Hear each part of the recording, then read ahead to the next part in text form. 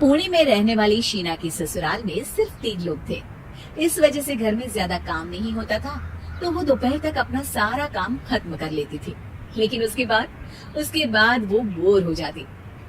इस वजह से उसने शिनचैन कार्टून देखना शुरू कर दिया, जो धीरे धीरे उसके व्यवहार पर इतना इफेक्ट करता गया कि वो खुद भी शिनचैन जैसी ही बातें करने लगती है।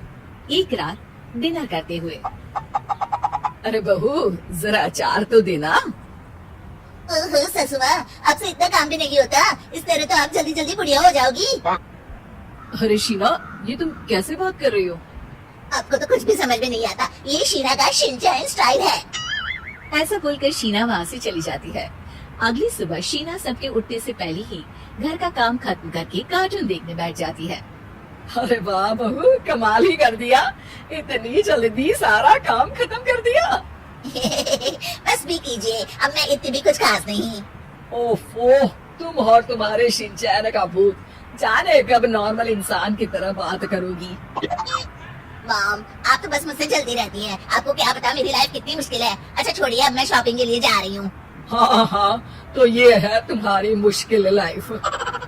शीना शॉपिंग करने मार्केट पहुँच जाती है, जहाँ उसे जय के ऑफिस की एक लड़की मिलती है। हेलो, आप जय की वाइफ है ना? हेलो, मेरा नाम शीना है। मैं 26 साल की हूँ और मुझे शिमला मिर्च बिल्कुल भी पसंद नहीं है, पर शिमला जा सकती हूँ। हाँ। शीना की बात सुनकर लड़की आगे कुछ बोले बिना वहाँ से चली जाती है। कमाल है, आजकल के बच्चों को इंटेलिजेंट लोगों से बात करना आता ही नहीं। शीना शॉपिंग करके घर वापस आती है, जहाँ सास और जय साथ बैठकर आइसक्रीम खा रहे होते हैं। मैं कितने मतलबी लोगों के बीच रह रही हूँ। एक छोटी प्यारी बच्ची के बारे में सोचे बिना सब आइसक्रीम खाने बैठ गए। अब इतना नाटक करने की जरूरत नहीं है, तुम्हारी आइसक्रीम फ्रिज में रखी है, खा लो। आइसक्रीम, मैं आ रही हूँ। इसी तरह दिन बीतते हैं। अभी तक तो घर में सारे लोग शीना की हरकतों से परेशान हो चुके होते हैं। एक शाम उनके घर पड़ोस के अंकल आते हैं, जिन्हें देखते ही शीना बोल पड़ती है। हेलो अंकल, आज आप यहाँ?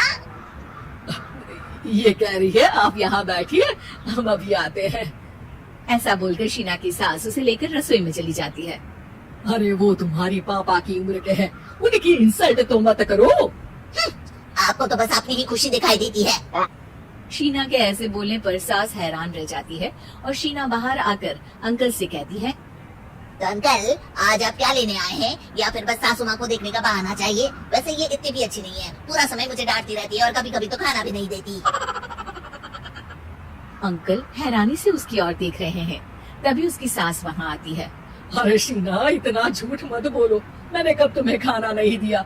अरे ऐसा बोलोगी तो तुम्हें आज रात का खाना सच में नहीं मिलेगा। देखा, मैंने कहा था ना, बच्ची पर जुल्म करती है। आप मुझे अपने घर ले चलो अंकल। इस तरह दोनों सास बहू में तू मैंने शुरू हो जाती है, जिसे देख अंकल तो डर कर भाग जाते हैं, लेकिन वो दोनों चुप ही नहीं होती। रात को जय के घर वापस आने पर सास उसे शीना की सारी बात बताते हुए कहती है। अरे इसके सर से कार्टून का भूत तो उतारना ही पड़ेगा। मौका या वक्त कुछ देखती ही नहीं, बस बकवास शुरू कर देती है। बात तो आपकी सही है, पर क्या करेंगे? अरे कार्टून देखकर ऐसी बनी है तो इसकी कार्टून ही बंद कर दो। हाँ, कार्टून बंद करके कुछ समझदारी वाली चीजें दिखाते हैं। जियोग्राफी दिखाना शुरू कर दो ना, क्या पता कुछ अकल आ जाए। हाँ, नाइस आइडिया माँ।